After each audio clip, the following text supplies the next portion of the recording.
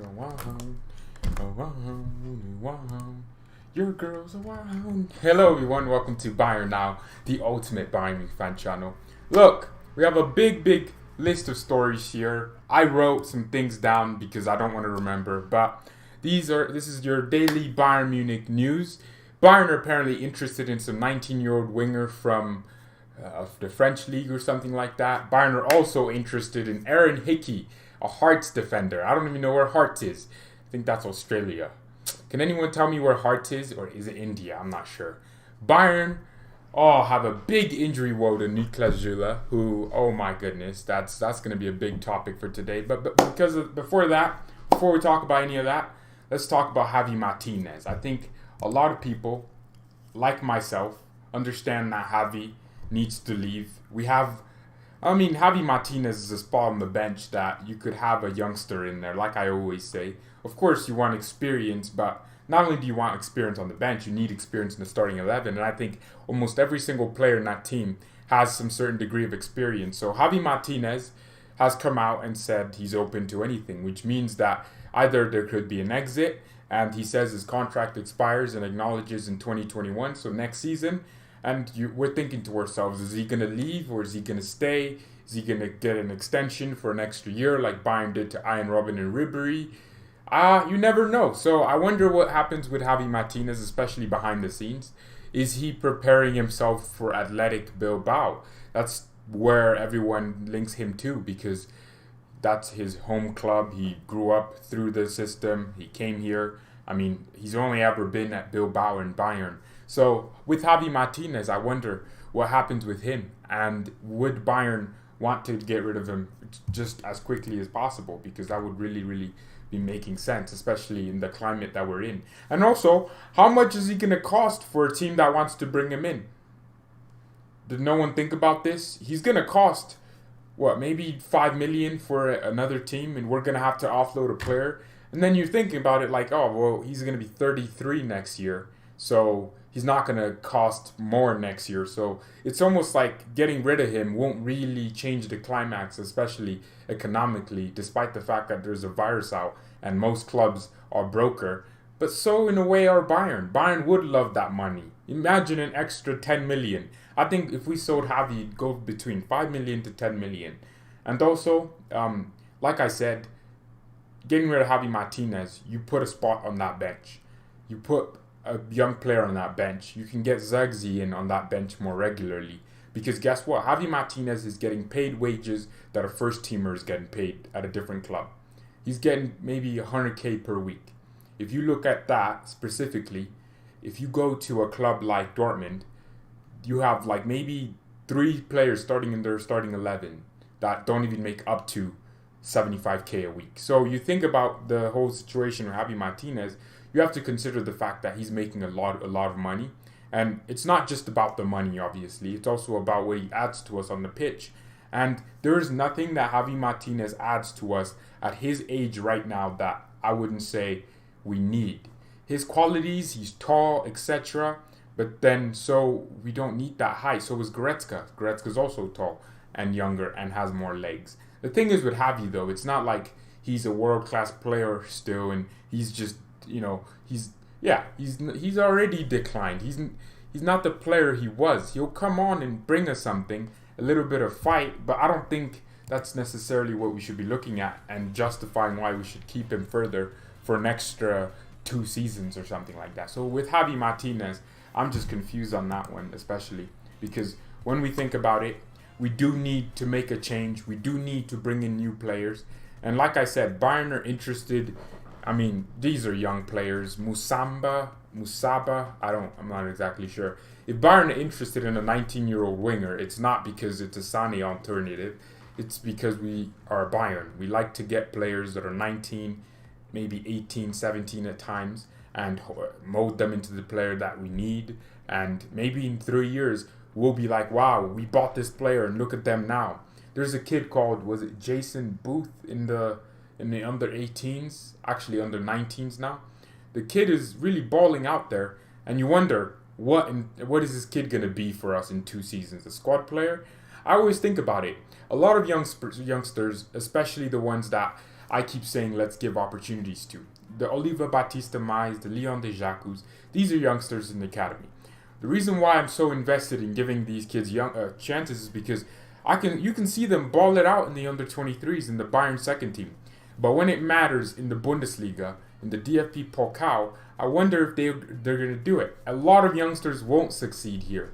No, not every youngster we think would succeed. If we thought Oliver Baptiste Mai would be world class in 2 seasons or something, we would have probably never been linked to Leroy Sané or Callum Hudson-Odoi.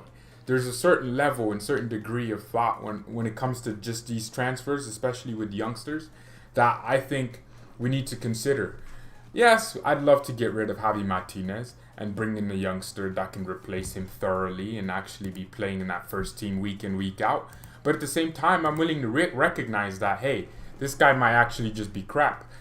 Something the coaching staff is seeing is different from what we're not seeing, because the coaching staff is seeing these players grow up. They're seeing them in the training ground every single day, on that pitch with their team. They're seeing every single little part of it. They have data analysts that analyze the training sessions to see what players can improve on, etc., and what the players are good at, analyzing their strengths and weaknesses. And I wonder, are our youngsters that good to the point where we're looking for a 19-year-old Musaba who may be good at some point, but are your youngsters that crap? I don't know. And when we bring on these youngsters like Aaron Hickey and Musaba that we're linked to, let's say we bring them in. They're not going to start for us. They're not going to be in our first team. They're not even going to be on the bench. They're going to be in the under 23s in the second team. So that's definitely something that's going to happen. And like I said, Niklas Zula, big injury woe for him right now. Zula was supposed to be back end of April, beginning of May, and then he had that 1 week thing where he got an edema in his knee. So really, really irritating, because a big injury to an important player is always freaking terrible. And I'm just tired of seeing Boateng play with his no recovery pace thing. I would like to see Niklas Zula back, because let's think about it. Niklas hasn't gotten a chance to prove himself, especially on the Hansi Flick. He got injured in around October against, who was it against? I don't remember. But since then, he hasn't gotten a chance to prove himself under Hansi Flick, and there is definitely he's going to be back for the Champions League in August, and I wonder if he'll play over Boateng or anything like that. And yeah, I think with Niklas Zula, it's really, really terrible to see that. I was hoping he would return this week. I'm not gonna lie. I was hoping we get like some news that Niklas Zula returns to full team training and is totally match fit, and then he's ready for the Mönchengladbach game where they're gonna come at Boateng if he was to play. If Lucas was to play, they'd probably come at him too. So, it really irritates me to see Niklas Zula with this big injury woe, and it's a setback as well, because I was really, imagine if this was a normal season, the Sirona never happened, the season would have ended, but the Euros would be starting in around July, wouldn't they? Or actually, they would be in June too, wouldn't they? Well, imagine if that was the case. Then we'd be seeing Niklas Zula maybe even pick up a further injury. So, just a little bit of an injury woe there. Adrian is coming. Yeah, he is. When is the Sané? The Sané deal. We keep. Here's the thing though. Like, think about it. And then now let me talk about the transfer window while I'm at this. What's happening with the transfer window is that there's a plan from FIFA to open the transfer window 4 weeks before the next season starts. I think next season you'll start to see maybe there's talks that 25% of fans might be allowed in the stadium. So next season isn't going to be like this season. There isn't going to be that many restrictions, because let's be honest, the Sirona would have slowed down, or at least people would care less about it. I think we'll see a change in it, and whatever happens with that. But what the talk of the transfer window is basically that UEFA wants to take that transfer window, squeeze it into a whole month, 4 weeks before the next season starts.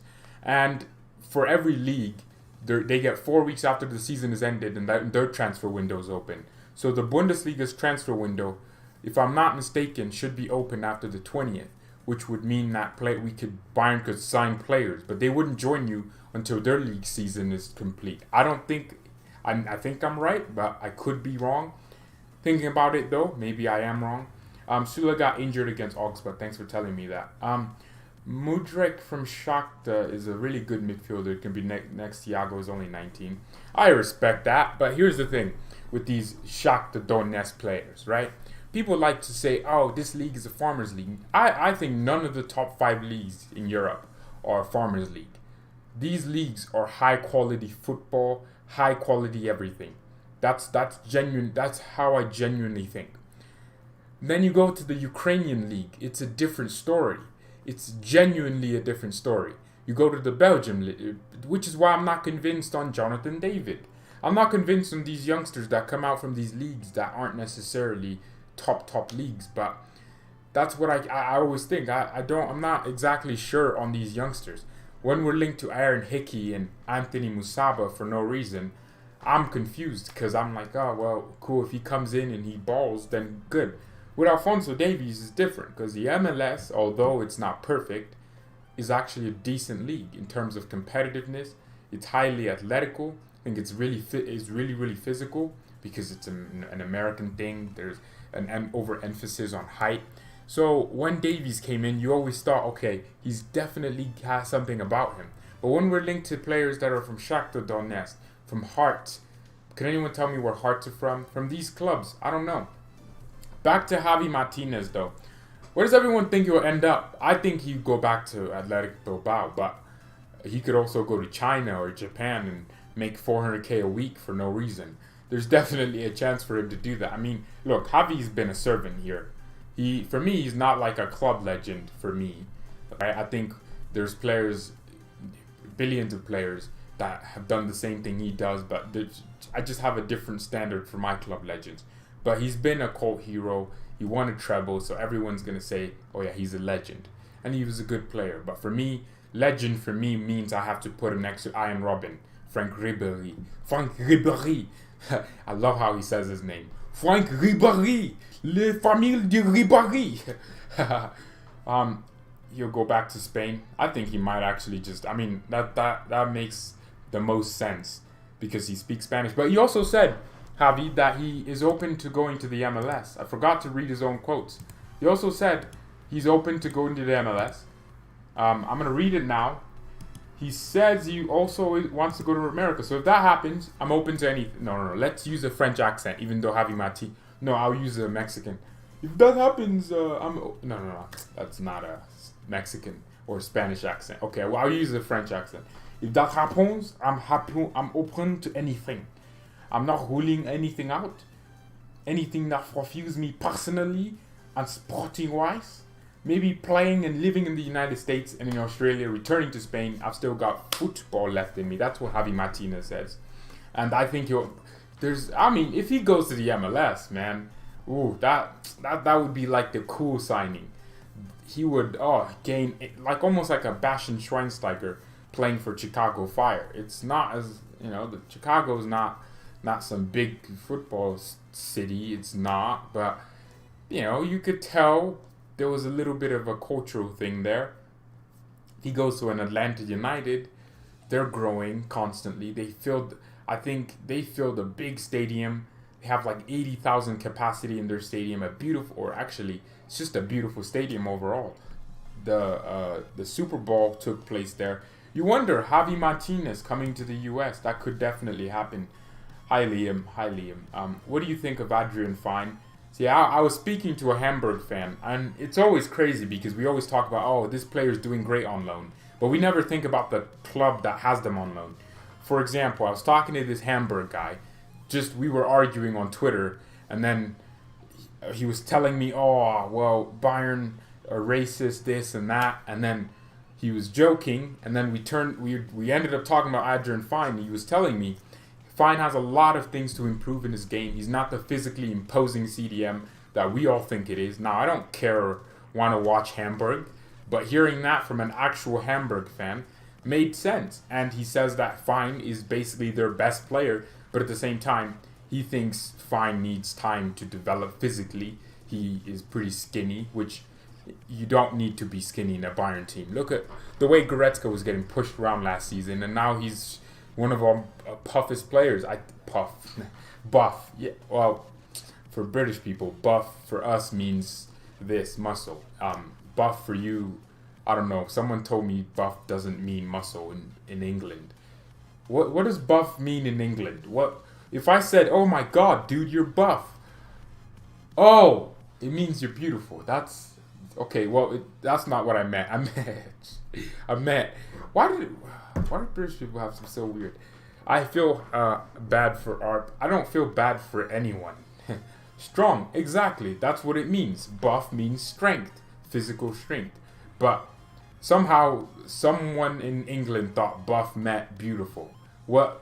Buff doesn't even sound cute, attractive. Imagine going to a girl and say, "Oh, girl, you buff." Like, that doesn't make any sense.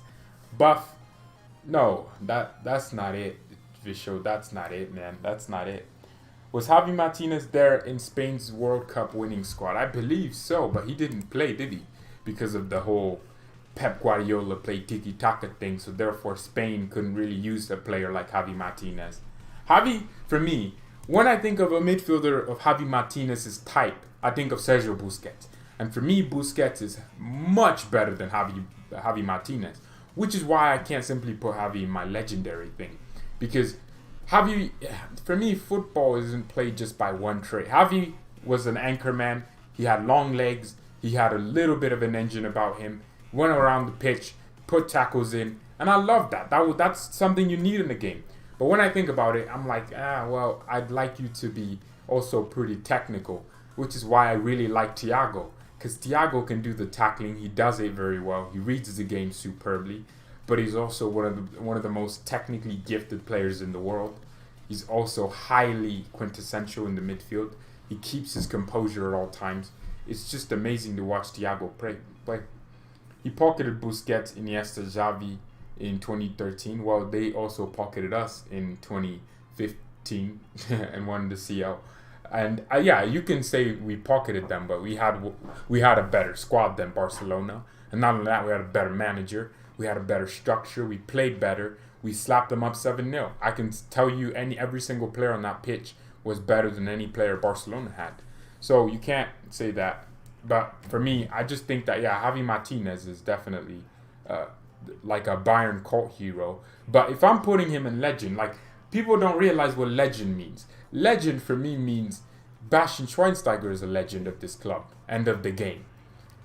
Kimmich will go down as a legend. Thiago will go down as a legend of the football in the game. But at the same time, you have to think, I'm thinking of how good you are at almost everything. Franz Beckenbauer. You're putting Javi Martinez in the same category as Franz Beckenbauer, Gerd Müller, Karl-Heinz Rummenigge, Philipp Lahm, etc. And you're also putting him in the same category as...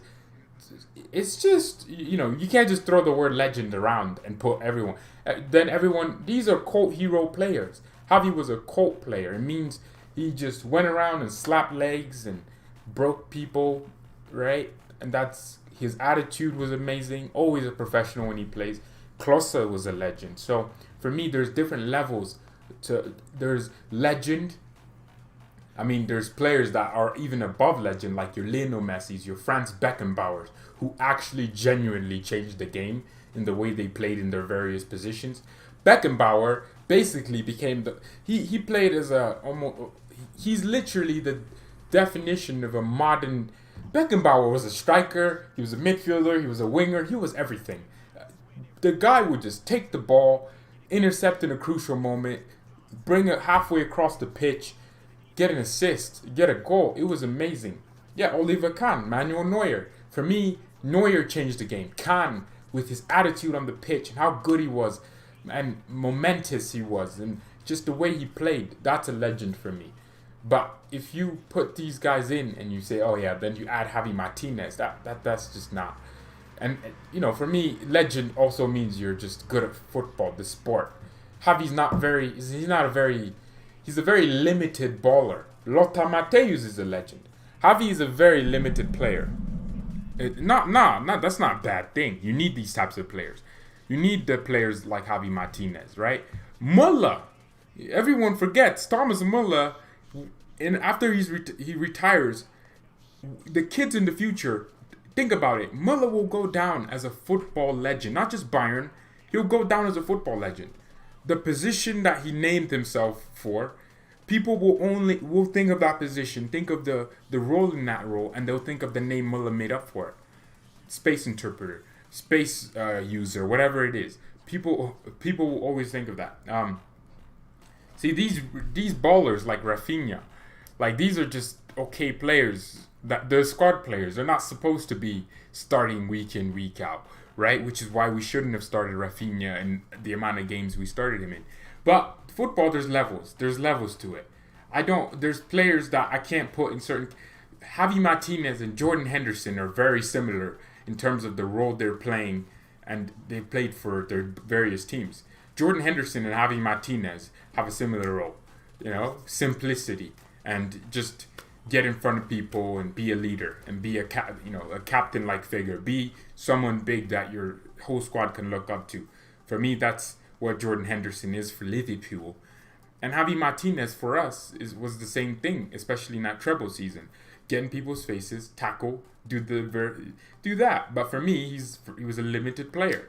He couldn't spray a zillion-yard pass. He wasn't out here creating chances and putting teammates through and just... He was just solid, and that's it. He's a decent player. He's a cult hero. He won a treble for Bayern, so obviously we're gonna love him. It's the same way United fans could say Ole Gunnar Solskjaer was a legend when the guy didn't even start most of the games in the treble-winning season, but he stuck his foot out in 1999 against us, and that's why people call him a legend. So, by the way, leave a like on the video, everyone. Oh my God, we've been doing this for 21 minutes, but. I hope Javi Martinez, though, goes somewhere that it won't be like the end of his... I think that he is at the end of his career. He's a midfielder. Midfielders nowadays need to have legs. If you don't have legs, you're called the fridge. You're a bag of cement in midfield. You're sprinting like a bag of cement. It just doesn't make any sense. I think, Kimmich will definitely go down as a Bayern legend. Just the way he could be crap for five years... But he'll still go down in your head because you're like, this guy was so good on the ball, technical, everything. He added this and that to our game. And you can think about that. But, can't believe I've been doing this for 22 minutes. But, you Luca Toni, Pizarro. These are players. Pizarro was literally one of our best left backs. I think Alaba is on top. I mean, Alaba will go down as a Bayern legend. Davies will as well. I mean, the way Davies is playing. Lewandowski. See, that's what another thing I was thinking about. Lewa wants to definitely prove himself. Lewandowski said he's almost 32. And you know what he said? He said, this is not the highlight of my career. He's going to want to come back next season and do better. And we always think about it. And we always say, this player had a full season. Well, Lewa hasn't had a full season with this Hansi Flick system. Imagine we're playing the way we are next season. Scoring the goals we are. Playing the way and creating the chances the way we are. Lewandowski is going to win a CL here, at least 2 more Champions Leagues, and he will go down as one of the best strikers in history. Guarantee you that.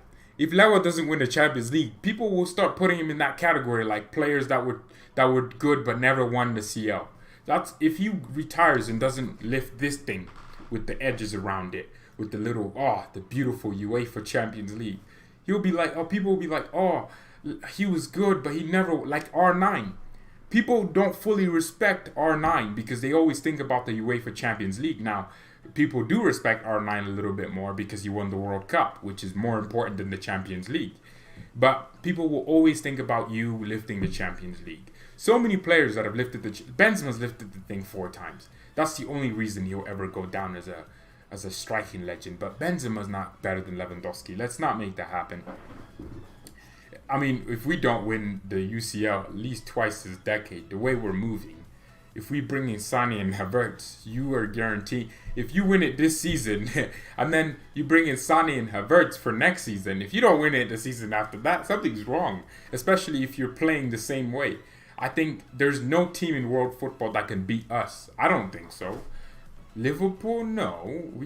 We would absolutely play Liverpool off the park. I've thought about it. Liverpool are a very grindy team.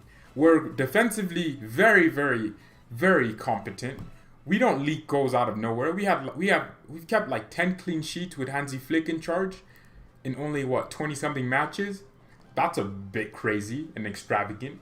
Or actually, close 25 matches under Flick or something like that, or 26. And we have 10 clean sheets. How crazy is that? I don't think Liverpool would get close to us. And the way we create chances, we don't cross. We are very good at defending crosses, I've noticed. We're better. Our players are cutting crosses out better. Alaba is very good at reading crosses, and so is Niklas Zula. And I think you bring these players, you have that system. Liverpool can't touch us, and the way we attack, Trent Alexander-Arnold would get bodied and thrown down on the floor by Alfonso, man. And the way we play under pressure, we're the best pressing team in Europe. Liverpool's pressing has gone down in the last 2 years. Since 2018, Liverpool press less. And I think we are so competent, man. And I think Klopp would get smashed by Hansi Flick in the way we're playing if we improve our squad for next season and as we play Liverpool in the CL at some point. I want to smash Liverpool. And I think the way Liverpool got absolutely smashed up by Atletico Madrid, Atletico just decided, you know what? It's a mental game with Atletico. It ain't no tactical game. Atletico Madrid, make sure you have hell when you come to their stadium. They defend. Look at the way they scored after like 7 minutes against Liverpool and defended for the next 73 minutes. That's what we want. We should sell Ulreich. Well, yeah, Ulreich will go. That's a fact. If Newbell's coming in, and Newbell is supposed to be our new number one in the next 2-3 seasons, whatever it is, it's not. There's no logical reason to keep Ulreich here beyond the season, because Ulreich is not right now our backup. And I think bringing Newbell in to be our backup is very, very cool. Because Newbell is a top 10 goalkeeper in the league. Well, he's a top 5. People keep talking to me and telling me, oh, he makes errors. I'm like, if you're playing for Schalke and Schalke's defense, look at the way Schalke are leaking goals all over the place. Newbell in there, automatically they leaked only 1 goal. That's the difference. That's the presence. Newbell has the exact same save percentage as Manuel Neuer, despite facing more shots. So if anything, he should be conceding more goals. He also faces more shots in more dangerous areas, which tells me that he's making better saves than Manuel. Neuer isn't getting threatened as much because Schalke concede possession more. Imagine Flick when he builds the squad he wants. Yeah, he wants. What about Bayern versus Atletico? What about that? I mean, come on. There's no team in world football that can beat Bayern right now. Hoffman, third choice. Yeah, with that, I mean, we always talk about get rid of this player to create space. Well, you have to get rid of Ulreich to create space for Newbell, because at some point you're going to need to do that. I mean, I always thought about it. See, this is what I mean when I say youngsters can't be trusted. You can't just look at a youngster playing in the under 18s, ripping it apart, and then you have to look at them play in the first team or on loan somewhere, like Sancho. If Sancho was ripping it for Man City's youth academy, but never did it for City, you'd be like, dang, this player's crap. But I don't know. I can't trust a youngster that's too good in the youth. I have to look at them in the first team. Zegzi's shown me that, hey, he can do it. Zegzi's shown me that. That's why I trust the guy to go on and be our striker for the next, after 2 years or something, after Lewandowski's gone. I trust him to be our next striker if he continues and if he goes out on loan and experiences more things. I want our youngsters out on loan because I don't want them to feel comfortable knowing, oh, I'm already at Bayern and I don't need to work hard to get in the first team because I just need to do well in the youth. You got to send them on loan to a different environment where like if you send them on loan to a team that's fighting for promotion in Bundesliga 2, you will see a real play. You'll see their mentality exposed. Players are exposed when they're the most pressured. I think we should do that. Atletico is anti-pressing team. They're not an anti-pressing. You can press Atletico Madrid. They just will whack it 50 yards forward. You just have to be very good defensively yourself. You can't let Atletico have counterattacks. That's the problem. They're a very good counterattacking team. The thing with Atletico, the difference between them is that they're world coached at everything. Atletico Madrid's assistant manager is gone. So you wonder what Simeone's going to do. Maybe he brings in a tactically attacking coach. That would be cool. I would love to see Atletico play attacking football because they have this incredible fitness level. Their fitness is, here's everyone else's fitness, Bayern, Liverpool, all these teams. Here's Atletico's fitness, man. They have a very crazy fitness department. And you think about that, they could play pressing. They could be better at pressing than Bayern can be, than Barcelona, because they actually have a very crazy energy about them. And it takes harder work to defend than it is to attack. Attacking is about a different side of your brain, the creativity. It's about art. That's what attacking is. You have to have a creative side of your brain. You can have a great tactician teach you how to attack, but if you don't have creativity or creative players, you can't ever really get your tactics across. And attacking is all about creativity. I've been an attacker. It's really about creativity. I've been in situations where I consider myself, that's why I moved to CDM, a more creative attacker, which means I want to create chances. I'll get in front of goal and try to pass it because I'm not a goal scorer. I've never been good at shooting and scoring goals. I'm more of a pass the ball and try to get an assist. And you think about Atletico Madrid, they have more energy than any team. They can press for 90 minutes, surely. Ten Hag should manage Bayern. Why would we get Eric Ten Hag? Talk about George Floyd. What happened to George Floyd was bad. It was terrible, evil. Ten Hag should manage Bayern. Back on that, no. Simeone are specialized against high-pressing teams. Gegenpressing has only one way losing. No, Simeone gets beat by Real Madrid all the time. They get beat by a team that can have that mentality as them.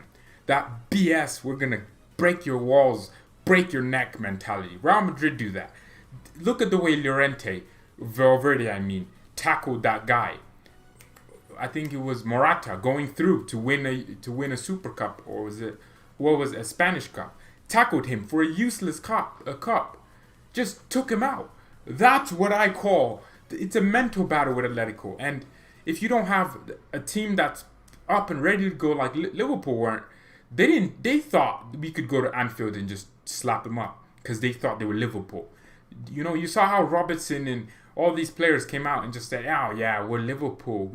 We'll wait for them to come to Anfield. Atletico were like, yeah, cool, we'll come to Anfield. For 90 minutes, they got absolutely peppered. Conceded one goal. You would think most teams would give up, right? But no, they took Liverpool to extra time. Even when Liverpool created billions of chances, Atletico were always ready, or Black was always at the scene. It's not a coincidence. And then Atletico score all of a sudden, and then Liverpool equalize, and Liverpool need a goal, and then it just Firmino scored first, and then Atletico equalized a few minutes later. That's what Atletico do for you. They make it they're so irritating. But to take care of, and Simeone's team is not the same as they were a few years ago. They've definitely downgraded. Why would you prefer Diego Simeone to Bayern? Why are you saying that, man? Simeone to Bayern would make us an actual Farmers League team. We would actually be farming up results. We would definitely be pulling up to Freiburg, parking the bus for 90 minutes and making a goal. That's not what we need. We definitely don't need that. Ten Hag to Schalke or Dortmund would be better. Ten Hag to Schalke is a downgrade, but Ten Hag to Dortmund is definitely an upgrade. But I wonder how good Liverpool will be after Premier League starts again. Well, I can't wait for the Prem back, especially after the Bundesliga is gone. I can't wait for the Premier League and just everything back. I'm so tired of just. I need to watch Man City slap up Arsenal. I need to watch AFTV after. I need to watch the United stand get slapped up. I need to watch it. Big respect for Simeone. You were terrible. Yeah, I don't know. We do not need that here. What? Bayern's not never been into parking the bus, but we would park a whole freaking stadium in front of that goal. But to be fair, the Allianz Arena would become a fortress, legit defensively. It would be. Yeah, it is opposite to us. It's anti-Bayern. It's literally like, if you want to beat Bayern, play like that. But I think the way we're playing under Hansi Flick, no team's coming up against us. I mean, did Bayern beat Atletico in 2000? Did we play Atletico at all? Oh, no, Atletico weren't even that good. But even in 2016, when we lost to Atletico Madrid, it wasn't really down to them. We peppered them for 90 minutes. But I think the mentality was different. I don't think Pep was motivating his team enough to do it. The same way he can't do it at City now. So when you think about it, Hansi Flick saying some sexy German words to Muller, and Muller scoring a hat-trick versus Atletico Madrid. Don't be surprised. Yeah, we did lose to Atletico. Allegri has been really quiet. Well, I'm not into these defensive coaches, man. But how did we get on this topic? But by the way, if anyone's joining late, what's coming out is Javi Martinez is open to a move away from Bayern. He's thinking about Australia, which is weird. No one's ever said that. He's also thinking about the MLS here. He's also thinking about going back to Spain. So it depends. Do Bayern Munich want to bring Adrian Fine in and trust him to be one of our big CDMs for a few years? Or do we want to just wait on it? Because Javi doesn't have a role in that squad, especially when it comes to first 11. I'm not saying every single bench player needs to want to start. That's not my point. My point is, if you have an Adrian Fine there, who either you have to loan Adrian Fine, or you take Javi Martinez out and put Adrian Fine in there instead. Jeez, we have some great problems, man. We really do. We really do. Martinez should leave. He won't get a lot of game time. That is true. And it's not just because we think he's crap. No one thinks he's crap. No one hates Javi. Javi and Tolisso are in very different categories. We don't. I mean, actually, well, to be fair, it's just different. Well, with Tolisso, with Javi, it's like he's done it for us. He's helped us to this and that, to this trophy, to this trophy. But with Tolisso, it's like he hasn't really done much here. And you always wonder, how is this player going to be? And then you get rid of Tolisso and Javi Martinez. That's a guaranteed bench position for Adrian Fine. And he'll get game time. Not like starting game time. No, he won't start over Goretzka, Kimmich, and Thiago. I think that should be our midfield three.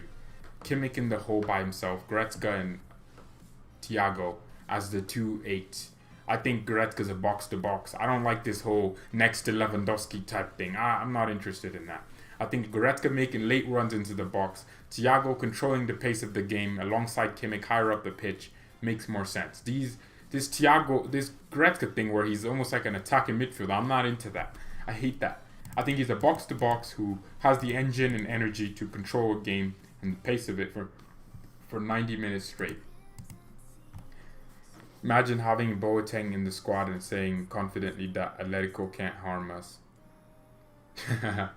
Nah, I don't think so. I don't think Atletico are the team that they were a few years ago. Now, if you look at Atletico, they concede way more goals. They're 6th in La Liga. Before, they were competing for the league almost seasonally. But you're looking at them now, I don't think they're that team anymore. They haven't really been that team for a few years. And even against Liverpool, if Liverpool don't hit the bar twice and score a few of the chances they got, and Oblak doesn't become the greatest goalkeeper of all time in that night, I think Liverpool win. And I said it when I loved Liverpool losing, but Atletico have been may not have the best team on paper, but they are very coached well. That's exactly my point. And I wonder if Simeone can get a team that well coached defensively, then he can get them well coached attacking wise. He can drill them attacking wise. I think Simeone should. Sula will return though, and I can't wait for him to return. Niklas has been a big miss for me. I can't believe, seriously, that Niklas Süle got an edema in his knee after having been out for 6 months or something. Well, he got injured in October last year, and then since October he's been out for almost 8 months now, and then now he's not even gonna come back for the restart. I mean, there's only 3 games left, or actually, yeah, there's only 3 games left. Four games because match week 30 just passed. Yeah, so 4 games left. God, will he be back for the UCL? Well, yeah. The UCL's in August. And like Klopp was saying in relation to Bayern, he said, look, in order to really be there in the Champions League, you have to, almost a guarantee, you have to recover in time. By the way, according to CS, Alphonso Davies is worth 133 million. He'll definitely surpass Mane and Salah and Rashford. Rashford's worth 150 million. Now, that's stupid. Davies should definitely be worth 300 million. Costa can't finish anymore. Oh no, Costa is a baller. Diego Costa is highly really cool. But the thing is with him, he's just really annoying on the pitch. But yeah, on the Sane thing, can't wait for it. I don't want to hear news like, oh, Sane agrees 5-year contract. No, that's not what we want to hear. We want to hear Sane announced, or we want to hear negotiations begin with City and from reliable sources. So that's what we're looking for. Sergino Dest is complicated. Yeah, a lot of people have been basically saying, and I agree, actually, Trashford. I agree with a lot of people when they say Sergino Dest, yeah, we don't need. I was talking to a guy on Facebook. I deleted Twitter off my phone because I found out I'm addicted to it. And I'm relaxing on Twitter now. But I think about it, Dest coming in isn't going to start. But at the same time, we do need Dest. We do need the backup right back. Bayern don't need a Thomas Meunier who's 29. We need a Sergino Dest who's 19, 10 years younger, and can learn and become. Dest will start over Pavard in 3 seasons? No, that's a fact. That's not my opinion. Because Dest will learn defensive traits, and he's already very decent defensively for a 19-year-old. He gets better defensive awareness. He's better attacking. He's just quicker and faster. He'll slowly become a fan favorite. Bayern is still suspect at the back. No, we are not suspect. If anything, since Hansi Flick came in, 25 matches now, Bayern have kept 10 clean sheets. That's not suspect at the back. And I think the most we've conceded per game is 3 goals to Paderborn. We haven't conceded more goals than 3 goals. Our defense is big. Yeah, our defense is literally the thing that changed us so much. People used to say, oh, Bayern are good attacking-wise and creating chances and scoring goals, but they're not good defensively. People used to say that a lot. And I've noticed that's not the case anymore. We're good at everything now. We're better defensively than we are attacking-wise. I think that's what helped us so well against Dortmund. We cut out everything Dortmund threw at us. I think we have a spine defensively now. Kimmich is improved defensively. So is Thiago. So is the way Lewandowski tracks back at times. We have, I don't know, even against Chelsea. Look at how we just shut them up for 90 minutes straight, man. Alaba's going to be our center back. He's not going back to left back. We'd be crazy to let him go to left back. I'm so surprised they're in the time. Big clubs have no money, but Bayern is vice versa. Yeah, well, I think the only clubs that have any money are Chelsea. Chelsea, for me, they're run by Roman Abramovich. They're going to have money all the time. So, look at this. Lewandowski has 400 club goals in 581 games. He has 64 UEFA Champions League goals. He has 86 Champions League games. If Lewandowski lifts this trophy twice, look. Now I'm looking at a picture of someone with Benzema with Champions Leagues around him. People will care about the Champions League, man. They will, and I hope United have money. No, United aren't buying. I don't even. At this point, I'm not even convinced Man United are signing Sancho because United are broke. You're broke. You do need to buy in order to act or sell a player in order to afford another player. It's a very different system with Man United, and United are broke. Kimmich can also play center back. No, and we don't need a 5'9" center back playing for us. But everyone, thank you so much for watching this. We'll end it here. It's been an amazing stream once again. Thank you all so much for the interactions, and yeah, there's definitely going to be a video coming out later. I don't know what it's on yet. We'll look at my list of things I want to create first. But thank you everyone so much for watching. Mia san mia, and peace.